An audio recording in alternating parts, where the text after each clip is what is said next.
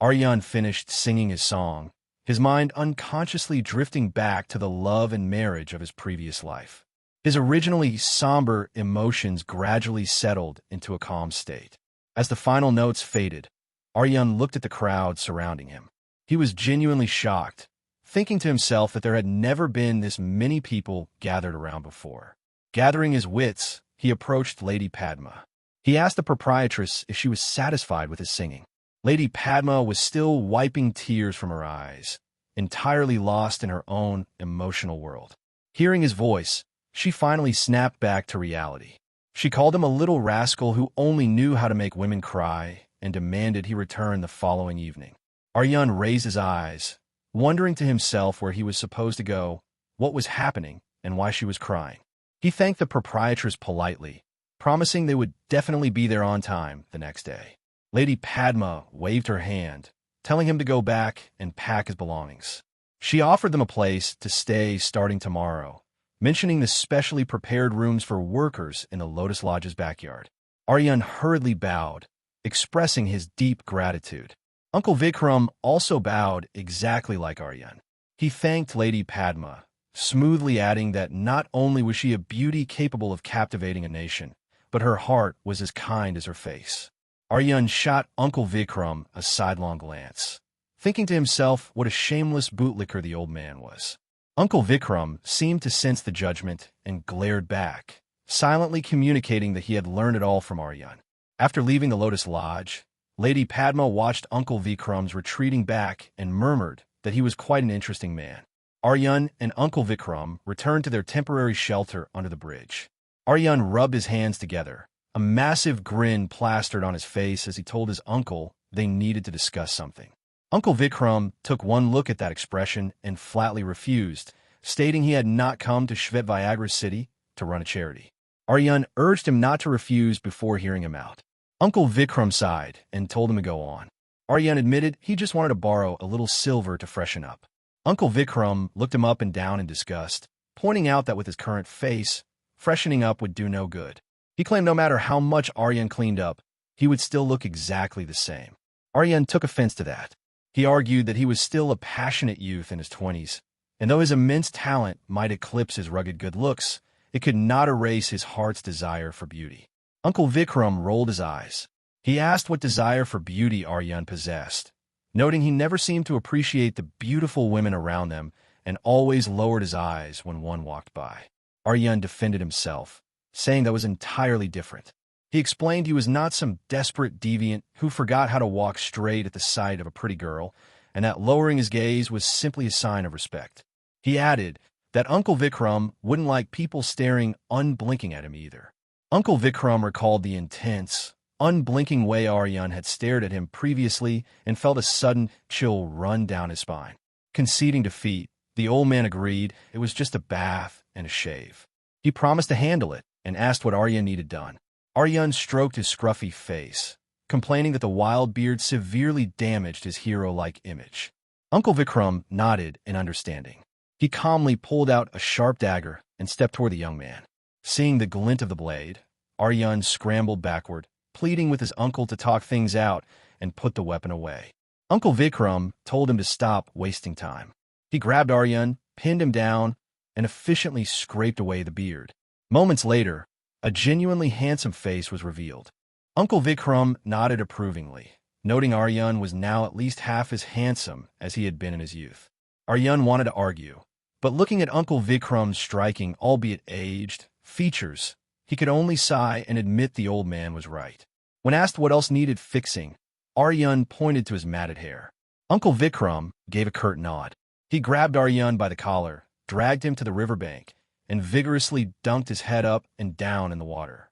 Aaryan gurgled and choked, trying to protest. When he was finally released, Aaryan collapsed onto the muddy bank, gasping for air. Anger flared in his chest as he yelled for his uncle. Uncle Vikram calmly asked if the boy wanted to fight him. Gritting his teeth, Aaryan fiercely demanded that his hair be shaved as well. Uncle Vikram was bewildered by the furious, murderous look accompanying such a simple request, but he agreed. Aaryan described a slightly grown-out military crew cut. Once the chopping and shaving were done, Aaryan felt a cool, unprecedented breeze hit his scalp. He felt incredibly refreshed. He wondered to himself if he should act a little and show some dramatic grief. Instantly getting into character, he clutched his freshly cut locks and began wailing towards the sky.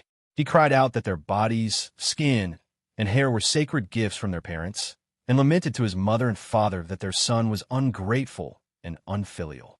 Uncle Vikram walked over and slapped him on the shoulder. He told Aaryan to at least squeeze out a crocodile tear, pointing out that yelling at the sky did nothing and questioning what a haircut had to do with his parents anyway. Aaryan paused, realizing the old man made a solid point. He thought to himself that this world was not like the ancient era of strict sages, so there was no need to put on such a performance. He instantly dropped the act and smiled brightly. He explained that his body was a temple of his parents' making, and he was merely expressing his deep gratitude for their upbringing. Uncle Vikram groaned impatiently, declaring that when it came to talking nonsense, no one could defeat Aaryan. Aaryan told him not to sweat the small details and asked how he looked. Uncle Vikram muttered for him to go stare at his reflection in the river tomorrow morning. Early the next morning, Aaryan stood by the riverbank, admiring his fresh looks. As he shifted through various heroic poses, he mumbled to his reflection that the word handsome was invented solely to describe him, wondering which lucky girl would win the lottery of his affection. Uncle Vikram called out for him to stop treating the river like a mirror. He bluntly stated that Aaryan was decent at best and nowhere near handsome. Aaryan scoffed at the lack of artistic appreciation. The two gathered their belongings and headed toward the tea house they had agreed to perform at yesterday. Meanwhile, on the other side of Shvetviagra city, Kavya and her fellow Neeladri sword sect disciples had finished their errands and were preparing to fly back to their ashram. A younger disciple pleaded with the senior brother and sister to stay in the city for just one more day. The senior brother shook his head, insisting there was nothing useful to do here and that they must return to their cultivation. Kavya interjected, suggesting they go find Brother Aaryan first, as she still had a few spiritual doubts she wanted to clarify with him. After a brief discussion, the group agreed. With a subtle sweep of their divine sense, they easily pinpointed the location of Aaryan and his companion.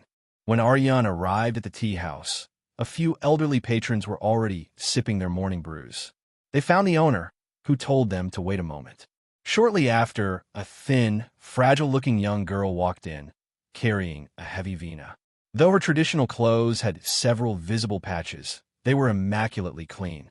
As soon as she walked in, the owner pointed toward Aaryan and Uncle Vikram, explaining that they would also be performing there. The bright light in the girl's eyes instantly vanished, but she still forced a polite smile, walked over, and joined her hands in greeting. She introduced herself as Komal, explaining she also sang there. Aaryan felt a sharp pang of guilt. He apologized to little sister Komal, admitting they had unintentionally encroached on her livelihood. He offered to give her a one-third cut of their earnings as a partnership fee.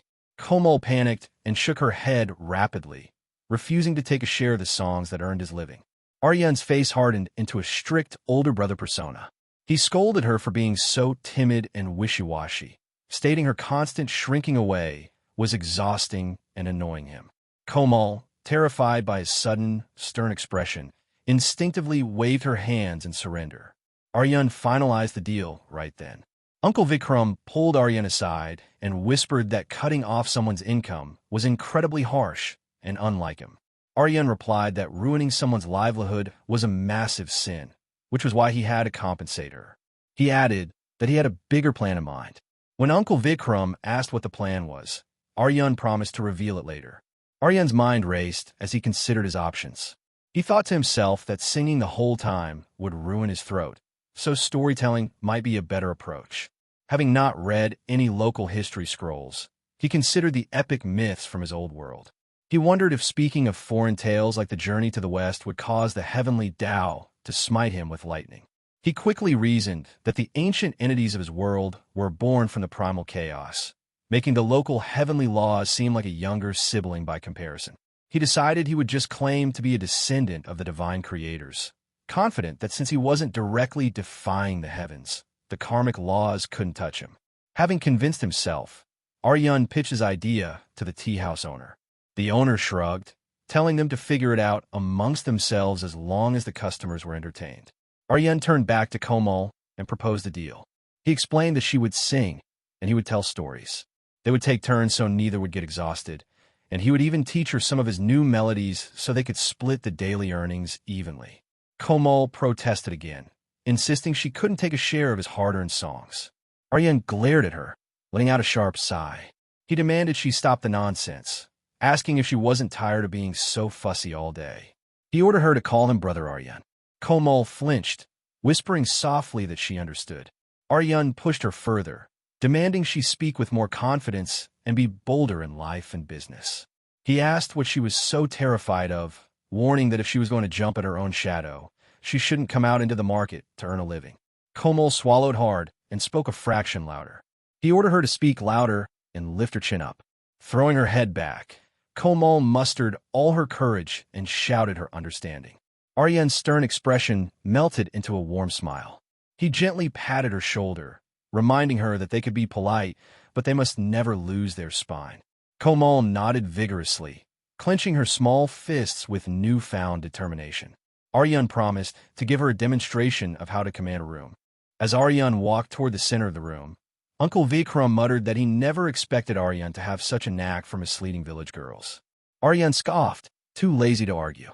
Aaryan dragged a small wooden table to the center of the room and slapped his hand down on it decisively. The sharp sound instantly silenced the tea house. He introduced himself to the crowd, asking for their guidance as a newcomer. He announced he would weave a tale and asked them to judge its merit. A wealthy-looking middle-aged man in the front row frowned. He warned Aaryan that if it was the same old, boring tales of ashram politics, tragic lovers, or rumors of swordsmen, he shouldn't waste their time. Aaryan smiled, agreeing completely. He stated he preferred tales that broke conventions and stretched the limits of the imagination. He offered two epics, the creation of the world and the havoc in the heavens. The middle-aged man's eyes lit up at the title of the latter, promising heavy rewards if the story was told well. The rest of the crowd echoed their interest. Aaryan commanded their attention and began his tale. He spoke of a distant land across the eastern oceans, a mystical mountain of flowers and fruit, and a divine stone rumored to have fallen to the mortal realm when a primordial goddess mended the sky. Though he couldn't remember the exact prose of the original legend, his improvised narrative captured the essence perfectly. The middle-aged man interrupted to ask about the goddess, but someone beside him reminded him to keep listening and ask questions later. Even Uncle Vikram found himself leaning forward, entirely engrossed in the narrative. Aaryan narrated the magical monkey's apprenticeship and training, his descent into the underwater dragon palace to borrow divine weapons, his appointment to guard the celestial peach orchards, and finally, the Heavenly Emperor's grand attempt to capture him. He ended on a massive cliffhanger, telling the crowd to tune in to the next episode to find out what happened. The middle-aged man shot up from his chair, excitedly demanding to know what happened next, and urging him to continue the story. The rest of the people urged him to continue as well. Aaryan laughed, raising his hands peacefully. He suggested a short break, offering to entertain them with a few tunes before continuing the story. The crowd roared in approval, praising the fantastic tale. Aaryan thought to himself that their reactions were a bit slow, but certainly enthusiastic. He gestured to Uncle Vikram, who immediately understood. Holding a tray made of woven branches, they went around collecting rewards. The generosity of the customers surprised Aaryan. Instead of small change or bits of silver, the least they gave were 10 silver ingots. The middle-aged man even threw 3 massive high-denomination silver bills directly onto the tray. Aaryan stepped down from the stage and signaled for Choubey to take over. When Choubey went up, she greeted the audience graciously and began singing a traditional song she had performed many times before. Soon, the patrons below started to lose interest, and Aaryan quickly returned to the stage to save the situation. He smoothly addressed the crowd, reminding them that they came to tea houses to relax, engage in casual conversations, and maintain a peaceful atmosphere. The middle-aged man stood up again, agreeing that they had been too abrupt and requesting Aaryan to continue with a few more segments later. The others echoed this sentiment. Aaryan thought to himself that this uncle was everywhere. Aaryan agreed to sing a song for them all, promising that if they liked it, He would teach the melody to the young lady so she could sing it for them in the future. After a moment of preparation, Aaryan took the homemade Milestone microphone and stepped forward again.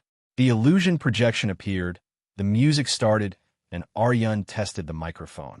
Someone shouted in amazement at the magical device, noting they could enjoy the scenery and drink tea while listening perfectly. The middle-aged man, whom everyone called Uncle Choubey, agreed loudly.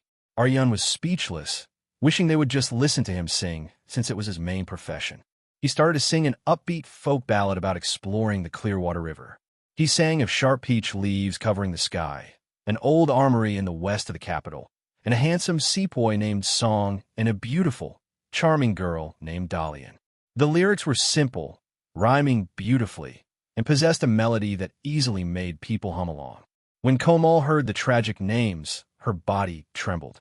Aaryan kept the lyrics vague enough to let everyone imagine their own story.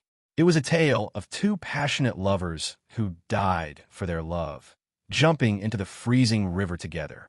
Whether it evoked sympathy or regret depended on personal opinion, but the tune was undeniably catchy.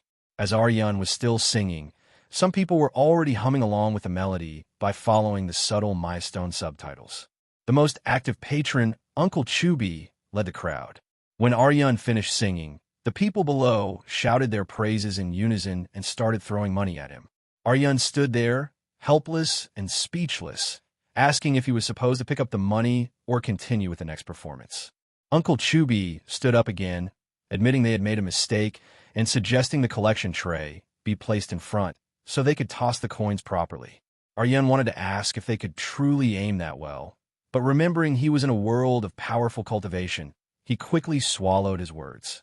Uncle Choubey declared his love for the tune and demanded Aaryan sing it 2 more times so he could learn it. The others echoed the request. After speaking, Uncle Choubey took the lead in throwing money into Uncle Vikram's plate, instantly filling it. Aaryan firmly believed the audience was like family, and their desires had to be satisfied. He happily agreed to 2 more encores. However, what Aaryan didn't expect was that his solo would turn into a full-blown chorus. Instantly, the voices in the tea house grew louder, attracting the attention of passers-by on the street. When Kavya and the others arrived at the tea house, they saw Aaryan leading a massive group of people singing. The senior brother squinted and paled, recognizing the lead singer among the crowd. He sputtered, questioning what their second senior uncle was doing there.